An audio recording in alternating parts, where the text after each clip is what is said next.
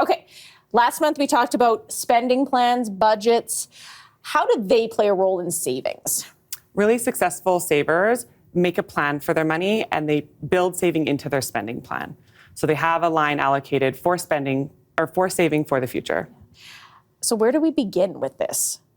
It's a little bit intimidating if you have no experience saving, but most, common practice would be to save an emergency fund so that if something unexpected happens inevitably in the future, and it usually does, it doesn't feel like an emergency because you're prepared and you have funds available to help you navigate. How do you determine how much you should be saving? Because I remember, didn't it used to be like 10% of every paycheck or something like that? I think it really varies depending on the person and your circumstances, what you're able to afford to save. For some people that might be 15%, for some people it might be 4%. It really is just what's available to you and to do the best that you can and ensure that you're saving something. So what is the best way to do that? How do you think about that? Because you think you get your paycheck by the time you balance everything out. Is that where you put your savings, or how do you figure it out? Well, similar with a spending plan, right? If you sort of look at your income and your expenses and then you wait to save whatever's left over, oftentimes there's not very much there. So it's important to sort of build in safety and determine what makes you feel comfortable.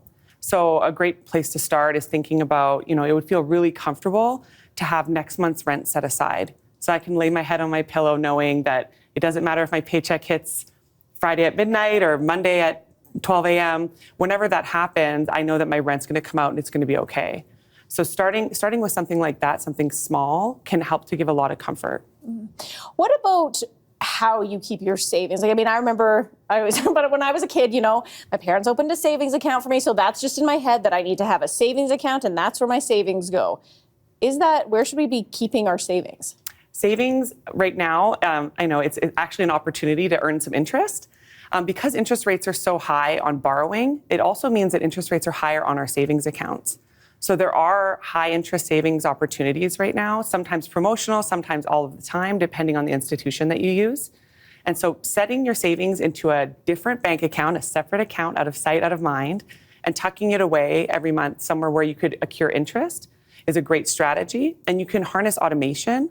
So doing something that automatically comes out of your main checking account into a savings at another institution, or even having your employer split your payroll.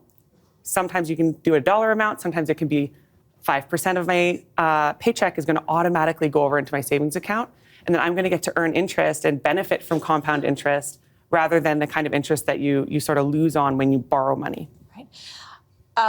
When it comes to saving, when we talk about this, you had mentioned, knowing that you can rest easier if you have next month's rent. When we talk about savings too, it can be a really privileged thing. Can you talk a little bit about that? The privilege is really related or has a big impact on savings because personal values affect how we spend money and how we save money.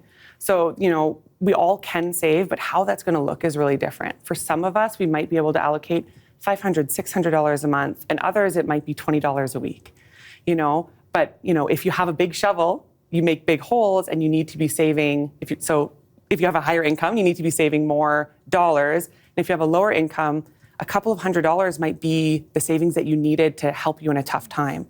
Whereas a couple $100 doesn't have the same impact if your mortgage is $4,000 a month. Right? So privilege is, it's easier for those with a higher income and lower, it's easier to live within your means in today's economy. And for those who are lower income, it is more challenging, but it's really, really important. And they don't have the same exposure to having savings, right? There might not have been a practice or a habit developed as they grew up. So we have to take that into consideration, that it's not always as, it's easier said than done sometimes. Yeah. Going back, because when we were talking about budgeting, you talked about a spending plan, which again, the language matters. Yeah. Is there a way that you think about saving in a similar way? Absolutely. I don't use the word emergency fund. I use it here because that's in the zeitgeist. But for me, I have an inevitability fund. Because inevitably something unexpected will happen. You can nickname your account whatever you like.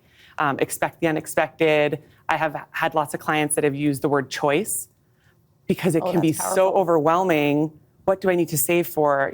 Maintenance for the house and the kids and a vacation and all of these things to save for.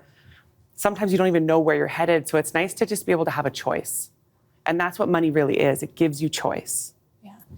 I like that. I think I'm going to rename my, can I say that? Can I admit that I'm renaming my bank accounts that?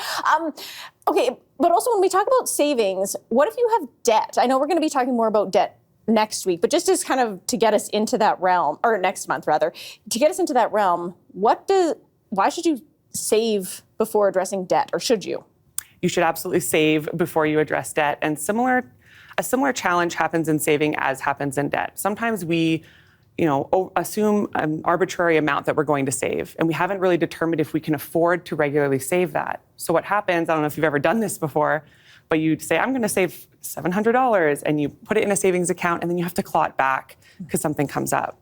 And that sort of gives a sense of defeat and apathy, and it's harder to get going again. And the same thing happens with debt.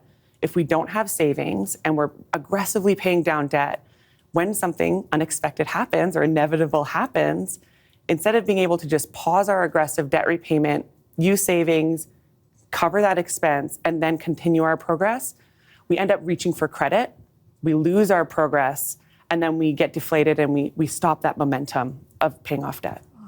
You make it sound so simple, and that's what I absolutely love about talking to you. Thank you so much. And again, we are going to be talking more about debt. That's coming up next month. Thank you so much for being here. I appreciate your time. Thank you so much. Such a privilege.